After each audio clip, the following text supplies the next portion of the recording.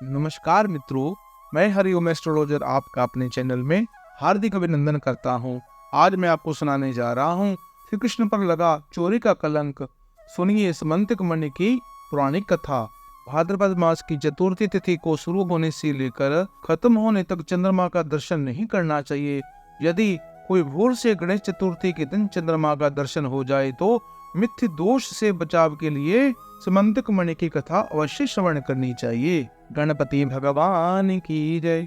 अब श्रद्धा भक्ति भाव से कथा का श्रवण करें। एक बार नंद किशोर ने संत कुमारों से कहा, चतुर्थी के चंद्रमा के दर्शन करने से श्री कृष्ण पर जो लांछन लगा था वह सिद्धि विनायक व्रत करने से दूर हुआ।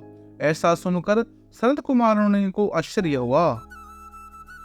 और ब्रह्मा श्री कृष्ण को कलंक लगने की कथा पूछी तो श्री नंद किशोर ने बताया, एक बार जरासंध के भय से श्री कृष्णचंद्र समुद्र के मध्य नगरी बसाकर रहने लगे थे।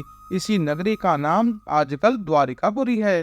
द्वारिकापुरी में निवास करने वाले सत्राजित यादव ने सूर्य नारायण की आराधना की थी।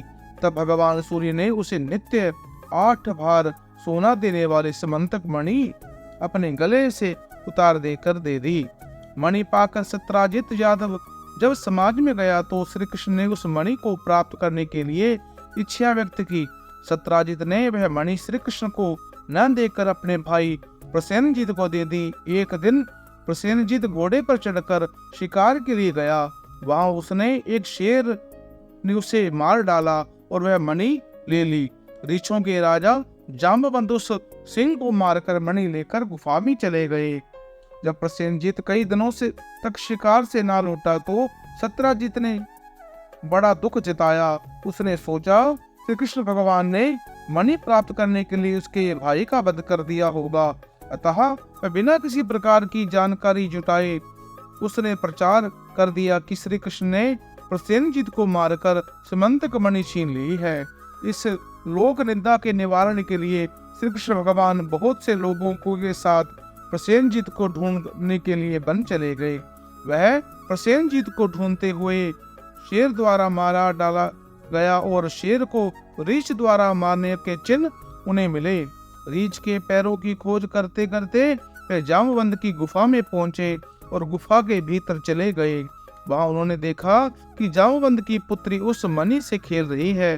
श्री कृष्ण भगवान ने देखते ही जाम्बवंत युद्ध के लिए तैयार हो गए।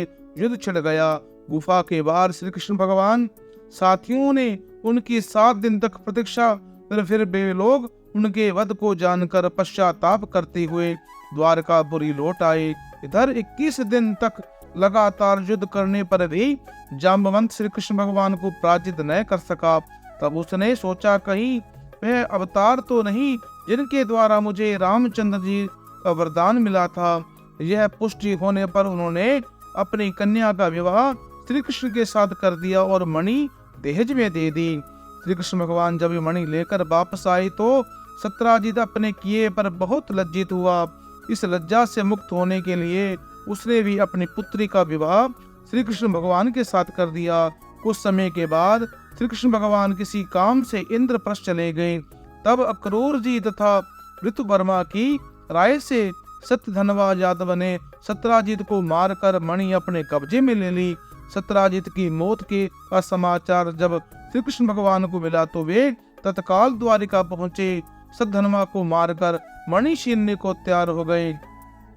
इस कार्य में सहायता के लिए बलराम जी भी तैयार हो गए। यह जानकर सत्यधनवा ने मणि अक्रूर जी को दे दी और स्वयं भाग निकला। श्री कृष्ण भगवान ने उसका पीछा करके उसे मार डाला। वह मणि उन्हें नहीं मिल पाई। बलराम जी वहां पहुंचे। श्री कृष्ण भगवान ने उन्हें बताया कि मणि उनके पास नहीं है। बलराम जी को विश्वास न हुआ तो अप्रसन्न होकर विदर्भ चले गए। श्री कृष्ण के द्वारिका लौटने पर लोगों ने उनकी भारी अपमान किया। तत्काल वह समाचार फैल गया कि समंतक मणि के लोभ में श्री कृष्ण भगवान ने भाई को भी त्याग दिया। श्री कृष्ण इस अकारण प्राप्त अपमान के शोक में डूबे थे। साहस में नारद जी आ गए। उन्होंने श्री कृष्ण भगवान को बताया, आपने भाद्रपद शुक्ल चतुर्थी के चंद्रमा का दर्शन किया था, इसी कारण आपको लांछन लगा है। श्री भगवान ने पूछा, चौथ के चंद्रमा को ऐसा क्या हो गया जिसके कारण उनके दर्शन मात्र से मनुष्य कलंकित होता है? तब नारद जी बोले, एक बार ब्रह्मा जी ने चतुर्थी के दिन गणेश जी का व्रत किया था।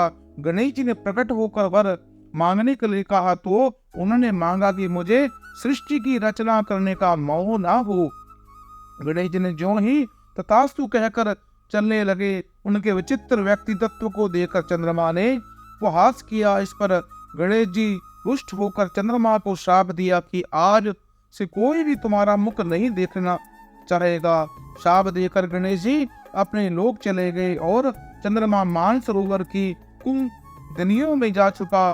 चंद्रमा के विभिन्न प्राणियों को बड़ा कष्ट हुआ। उनके कष्ट को देखकर ब्रह्मा जी की आज्ञा से सारे देवता के व्रत प्रसन्न होकर गणेश जी ने वरदान दिया कि अब चंद्रमा शाप से मुक्त तो हो जाएगा, पर भाद्रपद शुक्ल चतुर्थी को जो भी चंद्रमा के दर्शन करेगा उसे चोरी आदि का झूठा लांछन जरूर लगेगा, किंतु जो मनुष्य प्रत्येक द्वितीय को चंद्र दर्शन करेगा वह इस लांछन से बच जाएगा। इस चतुर्थी को सिद्धि विनायक व्रत करने से सारे दोष मुक्त हो जाते हैं। यह सुनकर देवता अपने अपने स्थान को चले गए। इस प्रकार भाद्रपद शुक्ल चतुर्थी को चंद्रमा का दर्शन करने से आपको यह कलंक लग सकता है। तब श्री कृष्ण भगवान ने कलंक से मुक्त होने के लिए यह व्रत किया। कुरुक्षेत्र के उस युद्ध में युधिष्ठिर ने भगवान श्री कृष्ण से पूछा, भगवान मनुष्य की मनोकामना सिद्धि का कौन सा उपाय है?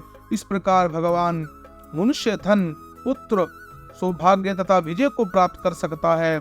यह सुनकर श्री कृष्ण भगवान ने उत्तर दिया, यदि तुम पार्वती पुत्र श्री गणेश जी का विधि पूर्वक पूजन करो तो निश्चय ही तुम्हें सब कुछ प्राप्त हो जाएगा। तब श्री कृष्ण भगवान की आज्ञा से युधिष्ठिर ने गणेश चतुर्थी का व्रत कर महाभारत का युद्ध जीता और समस्त प्रकार के सुख प्राप्त किए और उनकी युद्ध में विजय प्राप्त हुई। मित्रों, इस कथा के सुनने से मनुष्य के समस्त शाप ताप दूर हो जाते हैं, उनकी मनोकामना पूर्ण होती है, वे कलंक से रहित हो जाते हैं और गणेश जी की कृपा से उनके व्यापार में, वंश में वृद्धि होती है और भगवान की सदैव उनके परिवार पर कृपा बनी रहती है। मित्रों, इस कथा के सुनने से मनुष्य का कल्याण होता है।